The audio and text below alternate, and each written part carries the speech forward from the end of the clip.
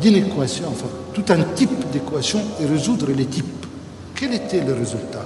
Le résultat, que pour la première fois dans l'histoire, nous avons une discipline qui traite des objets généraux, des objets qui peuvent être aussi bien géométriques qu'arithmétiques.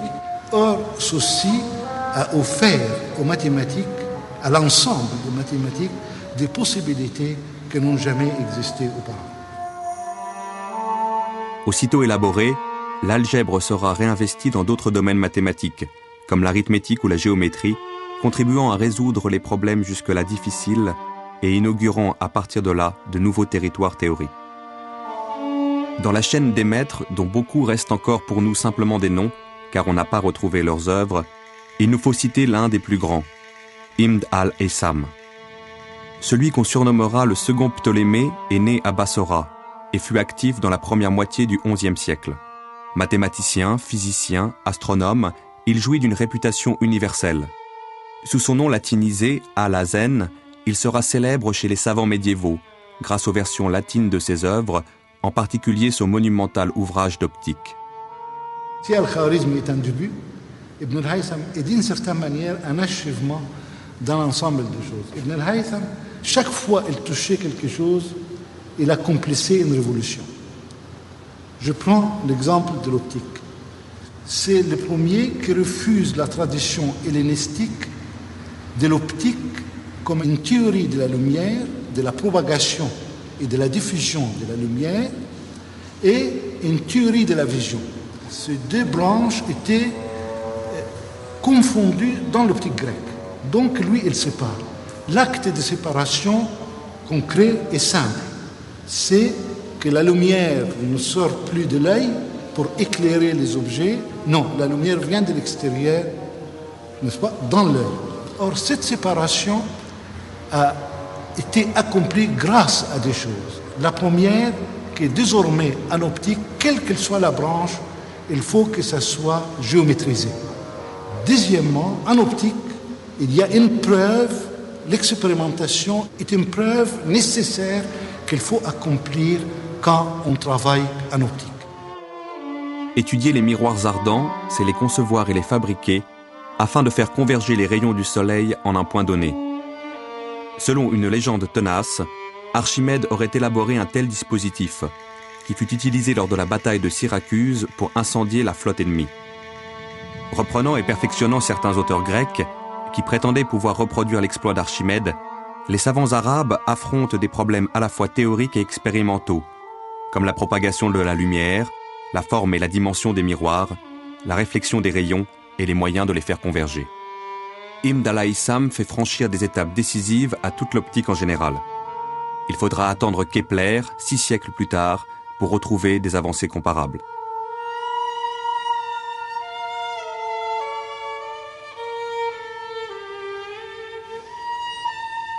C'est pour cette raison-là Ibn al-Haytham était à la fois immense, aussi bien en Orient qu'en Occident, parce qu'on a traduit son livre principal, qui est l'optique, sous le titre Opticae Thesaurus al-Hazani, et ce livre d'optique d'Al-Hazan a été la source sur laquelle tout le monde a travaillé au XIIIe siècle et ainsi au XVIe siècle, Kepler par exemple, ou Descartes lui-même au début du XVIIe siècle, etc. La mathématique arabe est indissociable de l'astronomie. Al-Haytham n'est pas seulement mathématicien et physicien, il est aussi astronome. Il va contribuer à critiquer le modèle de Ptolémée sous lequel s'est bâtie toute l'astronomie de cette époque. Avant Ptolémée et bien avant l'arrivée des Arabes, la majorité des civilisations observant le ciel, les Babyloniens, l'Égypte pharaonique, voient la Terre comme le centre du monde. On l'imaginait plate, avec une voûte céleste tournant autour de celle-ci. Depuis le VIe siècle avant notre ère, les Grecs savent que la Terre est ronde. Ptolémée arrive au IIe siècle. Bon, Ptolémée, IIe siècle, c'est le plus grand astronome, le couronnement de l'astronomie hellénistique. Disons qu'après Ptolémée, il y a eu des commentateurs de Ptolémée, mais il n'y a eu aucune recherche en langue grecque. Bon, donc on a Ptolémée, qui est la fin d'une époque, qui a fait la synthèse de tout ce qu'il y avait avant lui, qui a créé ses propres modèles et qui a donc fait quelque chose au milieu du IIe siècle, qui est resté le manuel type d'histoire de l'astronomie. C'est un manuel qui commence par la Terre, ensuite qui donne toutes les observations sur l'horizon, et il prend le Soleil, la Lune, et tous les astres fixes et tous les autres astres ensuite. Et cet ordre-là sera gardé pour toute la suite. Le modèle de Ptolémée, c'est quoi? La Terre est ronde et immobile au centre de l'univers. Autour d'elle pivote la toile du ciel, avec des étoiles fixes les unes par rapport aux autres, à l'exception de certains objets célestes qui évoluent sur cette toile de fond selon des trajectoires pouvant paraître aberrantes.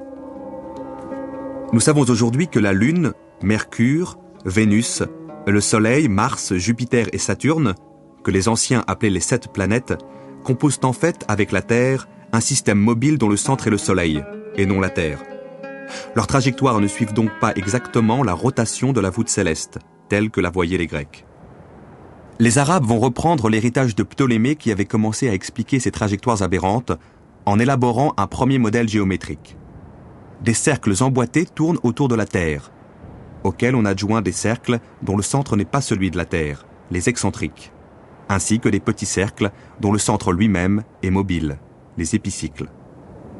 À partir de Ptolémée autour de 150, vous avez eu des commentateurs de Ptolémée, mais plus personne n'a fait, on n'a que quelques observations isolées entre le 2e et le 9e siècle. On a donc une pratique de l'astronomie qui avait complètement disparu. Alors lorsque les textes sont traduits au 9e siècle, début 9e, ils ont donc des textes, mais il n'y a plus de pratique.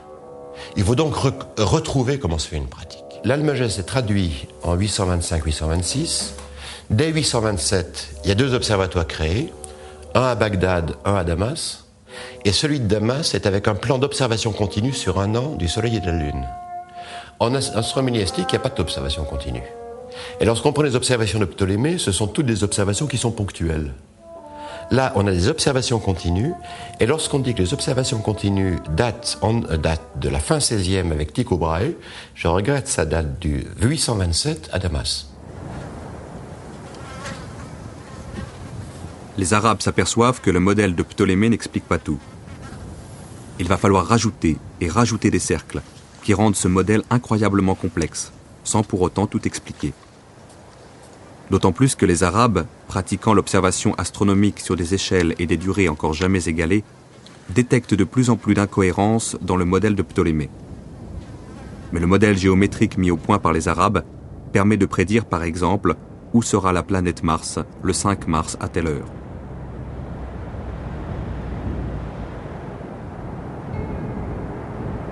Ils ont recours aux instruments mêmes décrits par Ptolémée: armilles, cadrans, règles, gnomons, dioptres, sphères armillaires.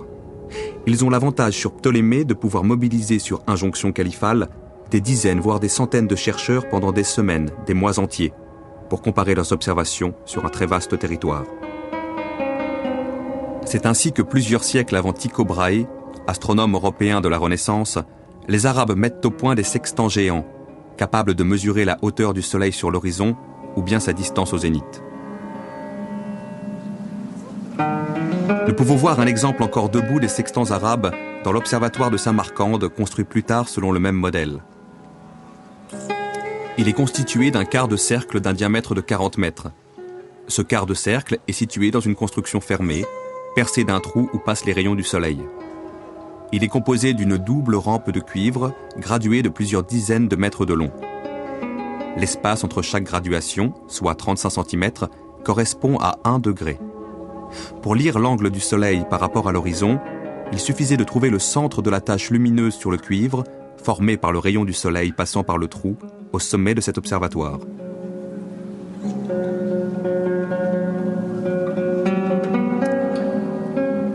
La science des astres commande des questions d'ordre religieux aussi bien que pratique.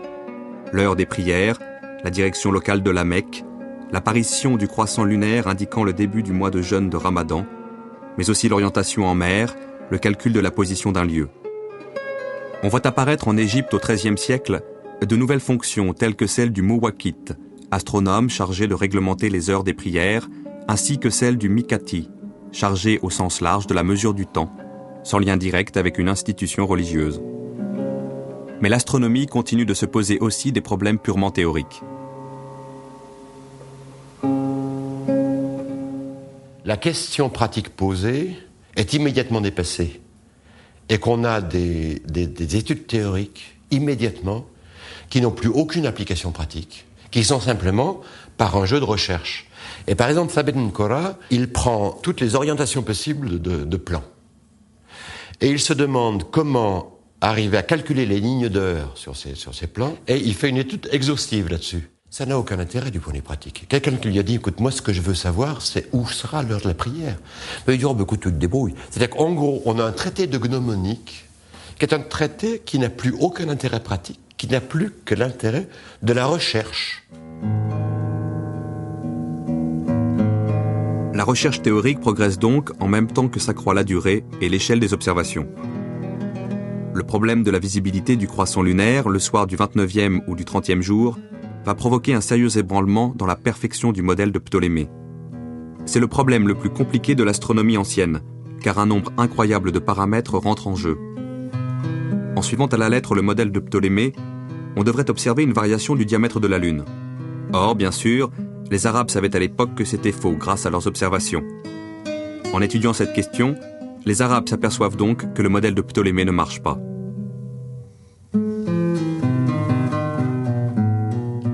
Un savant exceptionnel illustre le plus brillamment cette époque de synthèse entre les savoirs grecs et les nouveaux matériaux expérimentaux et théoriques des Arabes, Al-Biruni, qui a vécu au XIe siècle.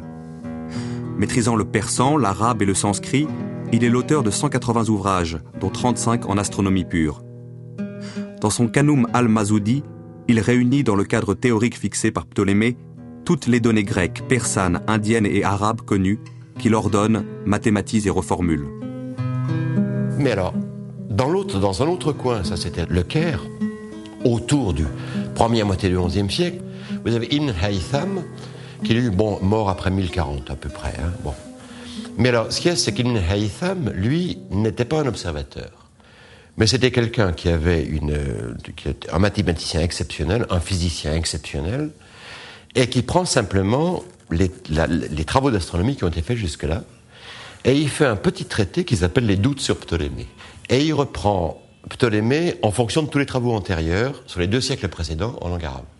Et il voit que Ptolémée ne tient plus. Et effectivement, il donne toutes les incohérences de cette géométrie de l'univers de chez Ptolémée, parce qu'il montre que tout ce système de cercles était incohérent, parce qu'étant donné les mouvements qui doivent exister dans le ciel, on ne peut pas arriver à inclure dans des corps concrets les mouvements imaginés par Ptolémée. Le système de Ptolémée se fissure, mais reste toujours irremplaçable. Il faut des trésors d'ingéniosité mathématique pour continuer de le faire marcher. Au XIIe siècle, plusieurs savants, dont Averroès en Espagne musulmane, mettent l'accent sur les contradictions du système ptoléméen pour en proposer une formulation nouvelle. C'est vers le milieu XIIIe qu'il y a un observatoire qui est créé dans la Marara, disons que c'est le nord-ouest de l'Iran actuel. Et c'est un observatoire qui a été créé explicitement pour arriver à trouver des modèles géométriques qui étaient autres. Alors, ce qu'il y a, c'est que c'est Nasir ad-Din al-Tousi, qui lui est mort en 1274, c'était le maître d'œuvre de l'observatoire. Alors, il fait un premier traité qu'il appellera Mémoire d'astronomie, et qui est un peu dans le même genre. Mais là où il a quelque chose de capital, c'est qu'il propose déjà un premier modèle qui n'est plus ptoléméen. Al-Tousi reprend une critique du système ptoléméen déjà formulée par Ibn al-Haytham.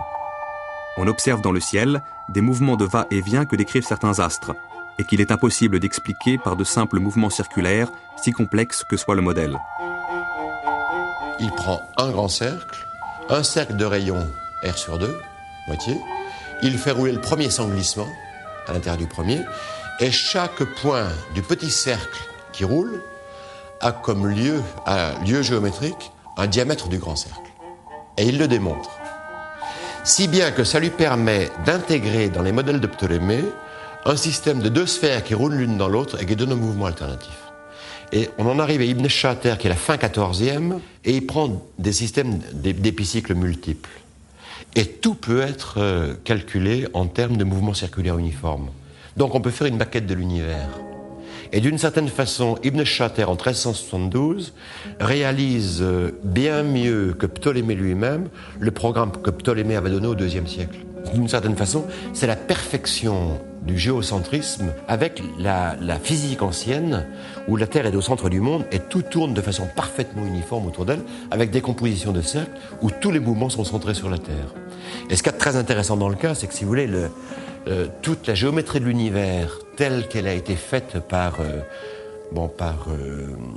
Nasir ad-Din, Qutb ad-Din et Ibn Shater, est la géométrie de l'univers qui a été reprise par Copernic en 1543. La révolution de Copernic porte une date, 1543. Le Soleil devient alors le centre du modèle géométrique de l'univers. Copernic, lui change l'origine et met le Soleil au centre de l'univers plutôt que la Terre. Mais il garde le mouvement circulaire uniforme, comme les anciens. Il garde le monde organisé en sphères, avec tout le mouvement circulaire uniforme qui reste indispensable. Mais il change l'origine. C'est la seule chose qui change par rapport à l'astronomie ancienne. Et il n'a pas changé la physique, si bien son univers n'est pas assez cohérent. Mais surtout, ce qui est très intéressant, c'est que toute sa géométrie de l'univers est exactement celle de l'école de Maragha. Et lorsqu'on prend tous ces modèles géométriques, tous ces modèles géométriques sont ceux d'Ibn Shater, où il a changé l'origine, évidemment. Mais le changement d'origine excepté, tous les modèles sont ceux d'Ibn Shater. Grâce à des mathématiques nouvelles dépassant l'héritage grec, les Arabes ont innové en portant Ptolémée jusqu'au plus haut point de contradiction avec lui-même.